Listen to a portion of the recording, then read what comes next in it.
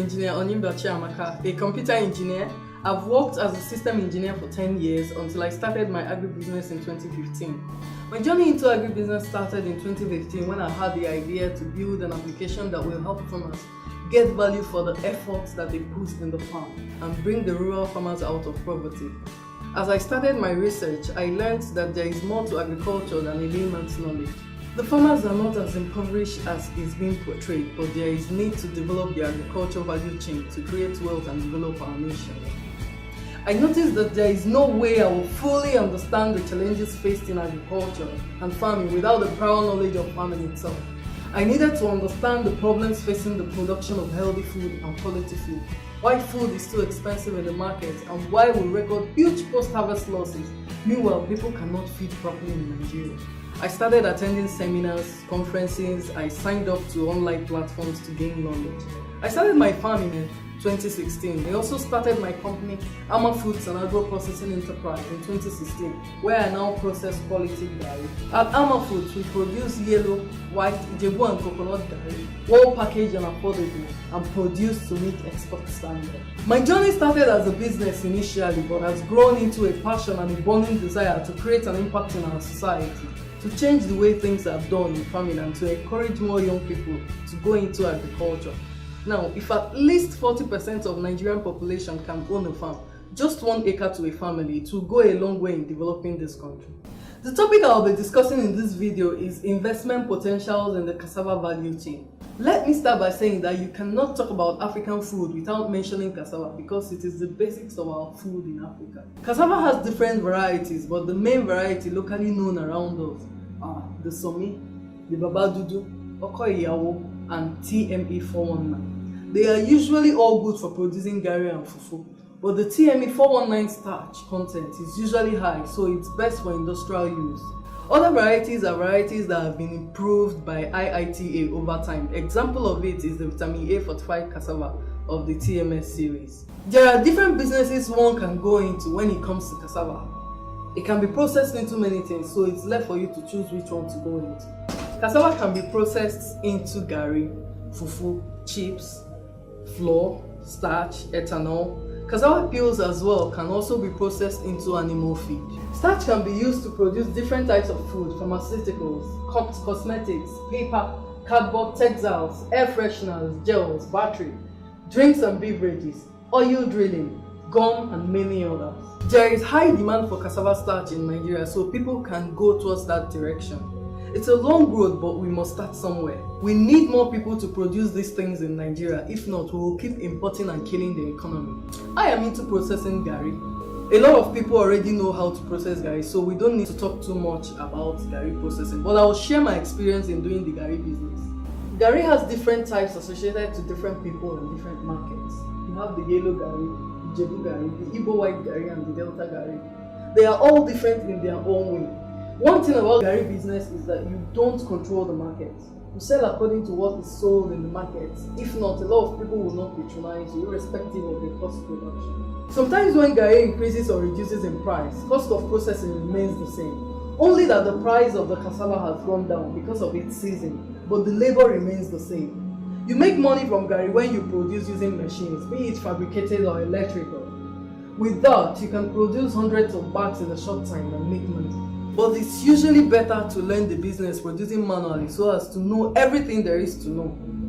If not, you will spend your whole money in production and you will not be able to make that money back. And when I started, I noticed that the market was controlled by the big guys. And the market can swallow the smaller guys. They won't even be able to find themselves. So I came up with my own strategy by creating my own market. So I started producing the flavored gari, which is the coconut gari for drinking. With this kind of gari, I have my own price so that the season doesn't affect me in any way. And it's also very good for export because it's different. As I said earlier, a lot of people know how gari is being processed, so we don't need to talk too much about it. But there are some techniques that you can use to process yellow gari. Harvesting, peeling, washing, grinding, bagging and adding oil and pressing are all done within 24 hours. Then you fry the next day.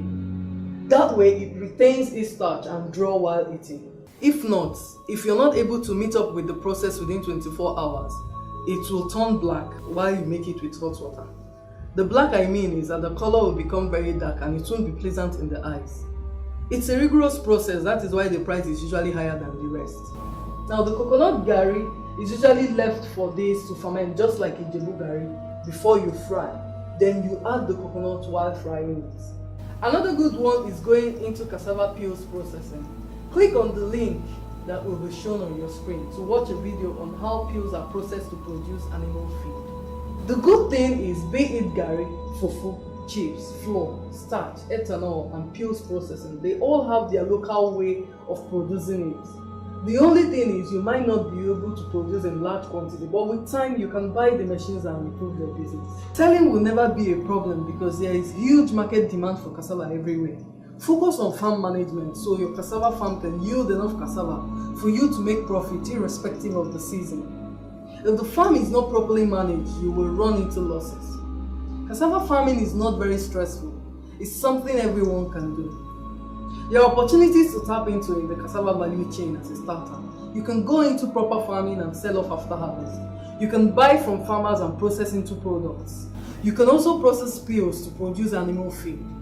Transportation is a good one. Labor and farm tools hiring is also another one you can go into. It is very important to key into this value chain to build agro-allied industries.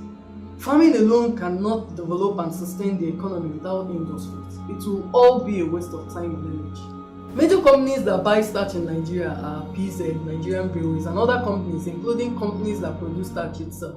You can actually supply them cassava roots. Now let's talk about cassava flour production. It's also one area people should look into because it has become a very important ingredient for baking in Nigeria. Most of the flour you buy or see in the market is cassava flour. If it's not, it will be very expensive to afford. So the majority of the flour in the market is either mixed with wheat flour or it's pure cassava, and you can hardly detect the difference. The only way you can notice cassava flour is the smell if it's not processed properly. Now let's talk about methods of processing cassava into flour. It is usually safer to avoid broken or damaged parts of tubers when processing cassava or when harvesting. Peel the cassava and wash properly before grinding. Wash the cassava properly to pure white so that the flour can come out pure white. That is one of the selling points. Then grind the cassava, press with jack. Harvesting, peeling, washing, pressing are all done within 24 hours, just like the yellow gari. If not, it will not be good for baking. Dry to eliminate or reduce moisture. If not, it will cut short the shelf life. So make sure it dries very well. Mill and filter for some smoothness, and then bag for sales. Cassava flour is not as difficult as it seems. You can always start small and produce locally. The only thing is, you might not produce in a large quantity, but the smaller you start, it will help you master the tricks. Then you can grow gradually. If you're not able to meet up with the process within 24 hours as a starter and fermentation takes place, don't worry, nothing spoils, just turn it to a labor. You can start by buying a small truck of cassava, hire labor to peel, wash, grind and press it. You can dry with sun if there is no rain. You can go to companies that have industrial dryers, which is the best form of drying it. You can pay for drying and milling, and you can as well sell it there. You will get better as you do it continuously. You don't need to own a huge company with NAFDAC number before you can start. FIRO and Technology Incubation Center are places that have been created by the government for startups to have a soft landing ground. You can have access to these industrial services if you have the money to start the business. All you need to do is register with them and do one training with them, and they will help you go through the process and possibly help you with the contacts of where you can supply your finished products. Gari production and flour production can be produced at the same time. The machines and the methods are the same. Difference is the drying of the flour and the frying of the gari. Let's talk about pharmaceutical grade starch. I once read an article that analyzed the exporting of 72 tons of yam, which the federal government did some months ago. These yams were meant to be converted into pharmaceutical grade starch. Now, 72 tons of yam, if sold in the street market, has the value of 18 million, assuming it's sold for 256 naira per kg. 72 tons of yam, if processed into PGS, which is a major component of tablets and capsules, will give an estimate of about 9.7 tons of pure PGS depending on the source of starch.